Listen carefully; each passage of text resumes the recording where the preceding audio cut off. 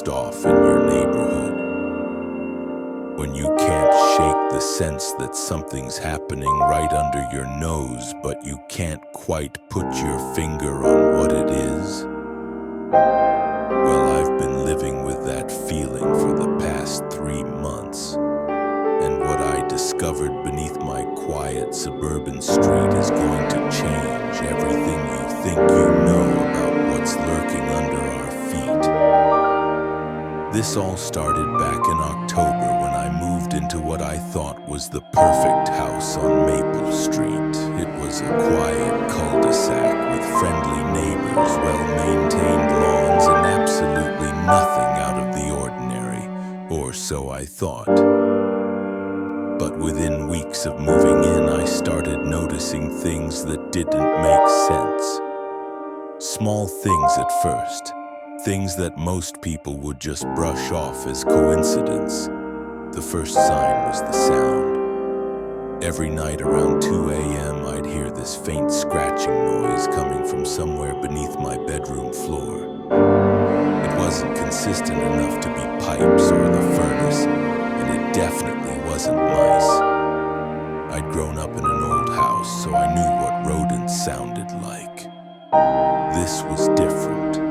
It was methodical, almost like someone was carefully scraping away at something hard.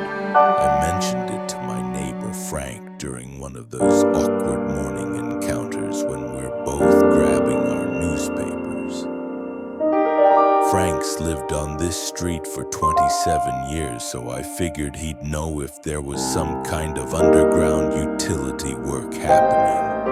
But when I described the sound, his face went completely pale. He just stared at me for a good 10 seconds before muttering something about how he'd been hearing weird noises too, but he thought it was just his imagination. That conversation should have been reassuring, but it wasn't. The way Frank looked at me like I'd just confirmed his worst fear made my stomach drop.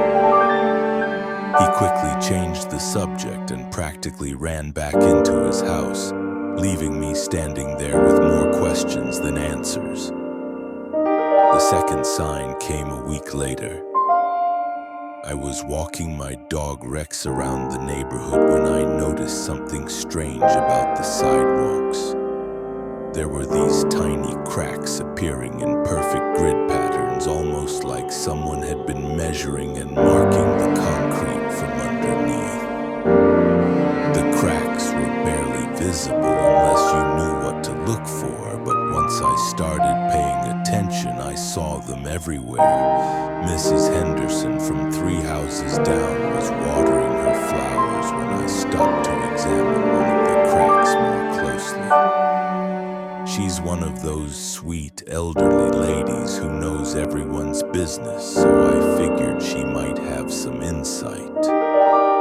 When I asked her about the sidewalk damage, she dropped her watering can, just let it fall right out of her hands and splash water everywhere. She told me that her late husband used to work for the city's public works department, and he'd mentioned something years ago about old tunnel systems running beneath certain neighborhoods. Systems that were supposed to have been sealed off decades ago.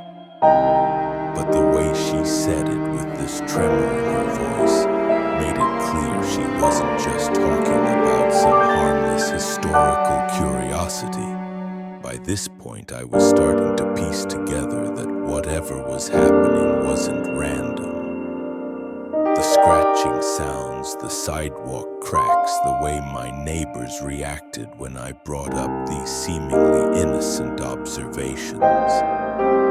Something was definitely going on beneath Maple Street, and everyone seemed to know more than they were letting on. The third sign was the one that convinced me I wasn't losing my mind. I was in my basement doing laundry when I heard the scratching again, but this time it was so loud and clear that I could pinpoint exactly where it was coming from. It was directly beneath the concrete floor, maybe 4 feet down.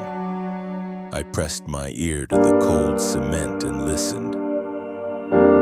What I heard next still gives me chills. It wasn't just scratching. There were voices, muffled, distorted voices having what sounded like a conversation. I couldn't make out the words, but the rhythm and cadence were unmistakably human. Someone was down there and they weren't alone. I called the police the next morning. But when Officer Martinez showed up, he seemed more interested in asking me about my mental health than investigating my claims. He walked around my basement for maybe 5 minutes, knocked on a few walls, and told me that old houses settle and make strange noises. When I insisted that I'd heard voices, he suggested I might want to talk to someone about the stress of moving to a new place. That's when I realized I was on my own. Whatever was happening beneath my neighborhood, the authorities either didn't believe it was real or didn't want to get involved. So I decided to do what any reasonable person would do in this situation. I started documenting everything. I set up a recording device in my basement and left it running for 3 nights straight. The results were absolutely terrifying. Not only did I capture hours of scratching and digging sounds, but I also recorded multiple distinct voices having conversations in what sounded like a completely different language. The voices were coming from different directions, suggesting that whatever tunnel system existed down there was much larger than I'd initially thought.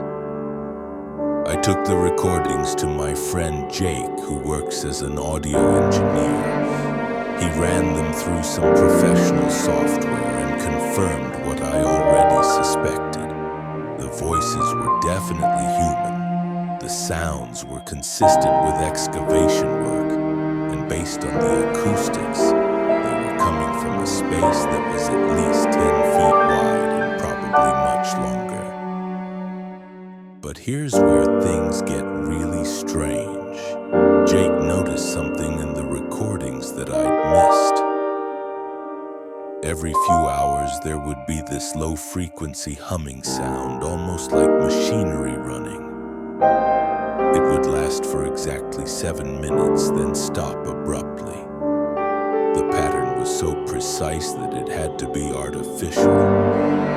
Armed with this evidence, I decided to confront Frank again. This time I wasn't going to let him brush me off.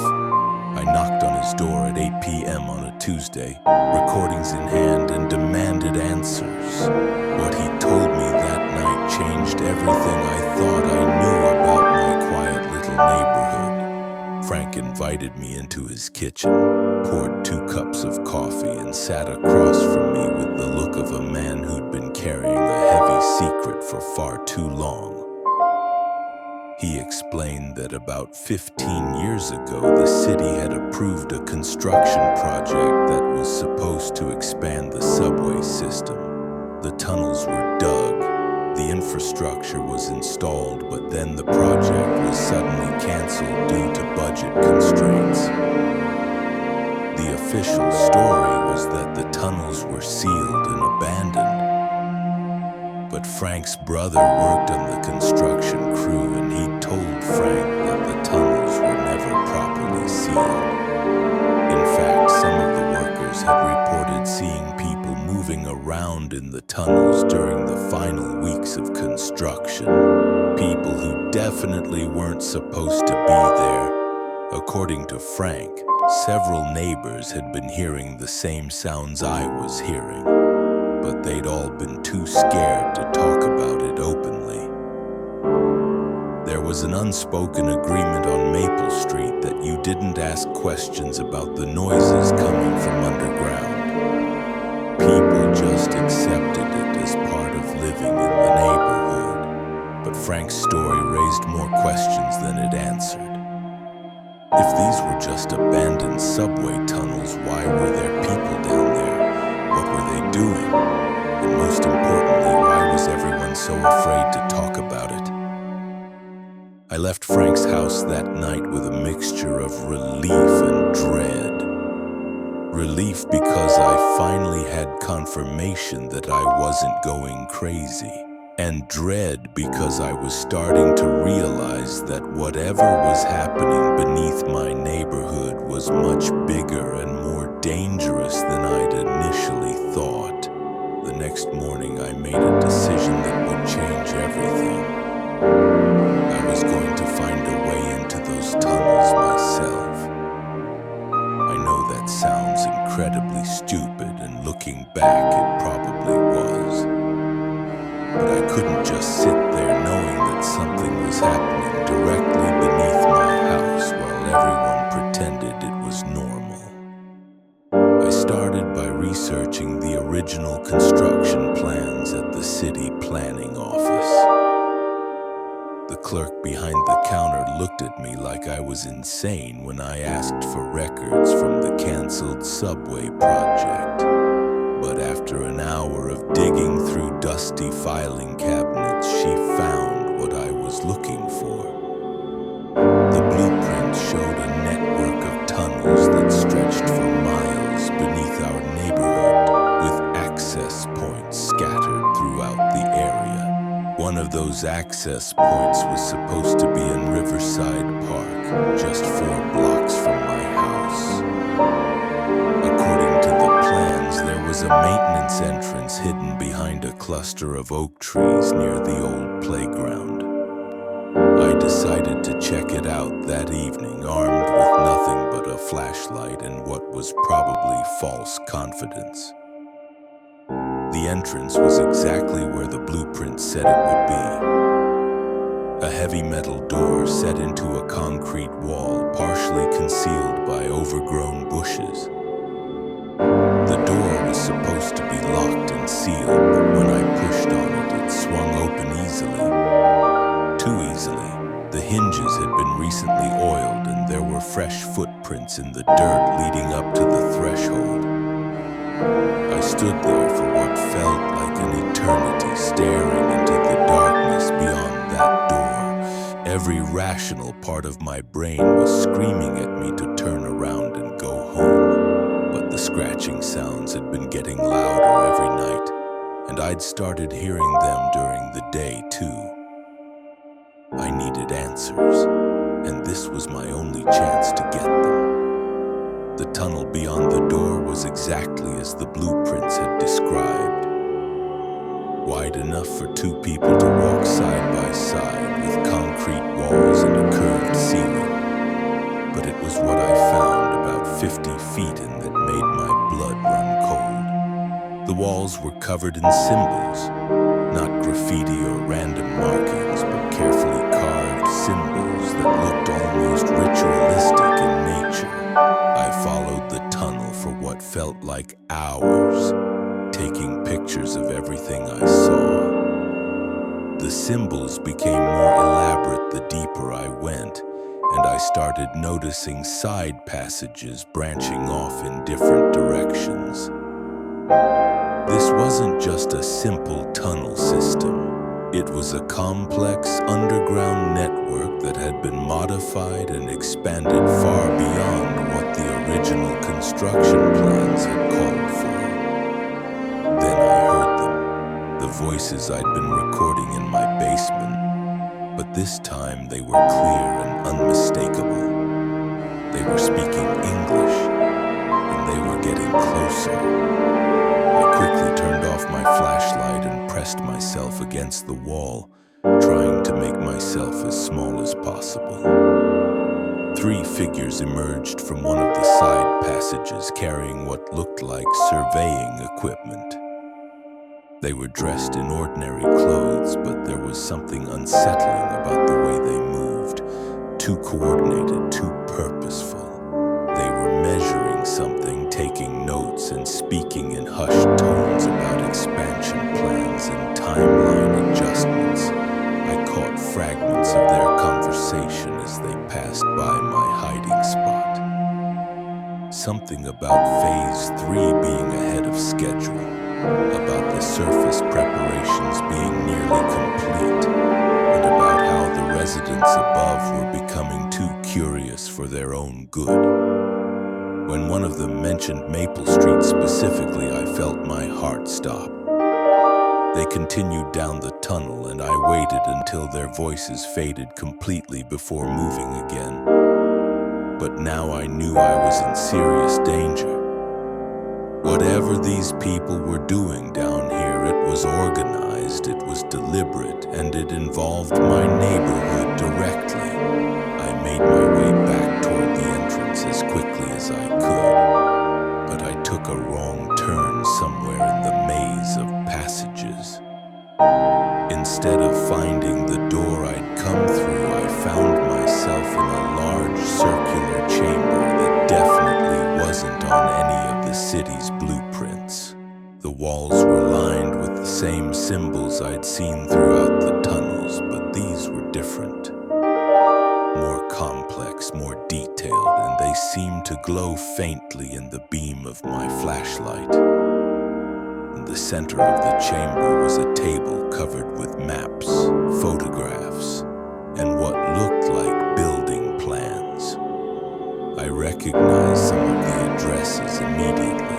They were all houses on Maple Street, including mine. Each house had been marked with different colored pins, and there were detailed notes about the residents, their schedules, and their daily routines. But it was the photographs that made me realize just how much trouble I was in. They were surveillance photos of me and my neighbors, taken from angles that suggested someone had been watching us for months. There was a photo of me walking Rex, one of Frank getting his newspaper, and dozens of others showing the daily activities of everyone on my street. I grabbed as many of the documents as I could carry and stuffed them into my jacket. Whatever was happening here, I now had proof that it was targeting my neighborhood specifically. But as I turned to leave, I heard footsteps echoing through the tunnels. Multiple sets of footsteps moving fast and heading in my direction. I ran through those tunnels faster than I'd ever run in my life. Behind me, I could hear voices shouting and the sound of people giving chase. I took turn after turn, following my instincts more than any clear sense of direction, until I finally saw the faint glow of moonlight ahead. I burst through the entrance door and into the park, gasping for air and shaking with adrenaline. But I'd made it out, and I had evidence, real, tangible proof that something sinister was happening beneath my neighborhood. The next morning, I spread all the documents out on my kitchen table and tried to piece together what I'd discovered. The map showed a network of tunnels that extended far beyond what the city had originally planned. The photographs proved that my neighbors and I had been under surveillance for months, and the notes suggested that whatever these people were planning, it was entering its final phase. I called the FBI, not the local police who had already dismissed my concerns, but the federal authorities. I explained everything I'd found, offered to turn over all the evidence, and begged them to investigate. The agent I spoke with took detailed notes and promised someone would be in touch within 48 hours. That was 6 weeks ago. I never heard back from the FBI. The documents I'd stolen from the underground chamber disappeared from my house 3 days later while I was at work. And the scratching sounds beneath my bedroom floor have stopped completely. But here's the thing that keeps me awake at night. The silence is somehow worse than the sounds ever were. Because now I know they're still down there, and I know they're aware that I know. The question isn't whether something is digging tunnels beneath my neighborhood. The question is If you're watching this and you live on Maple Street, or if you've been hearing strange sounds coming from beneath your own house, please don't ignore them. Don't make the same mistake I did by investigating alone. But more importantly, don't let them convince you that you're imagining things. Because whatever's happening in those tunnels, it's real, it's organized, and it's coming to the surface soon.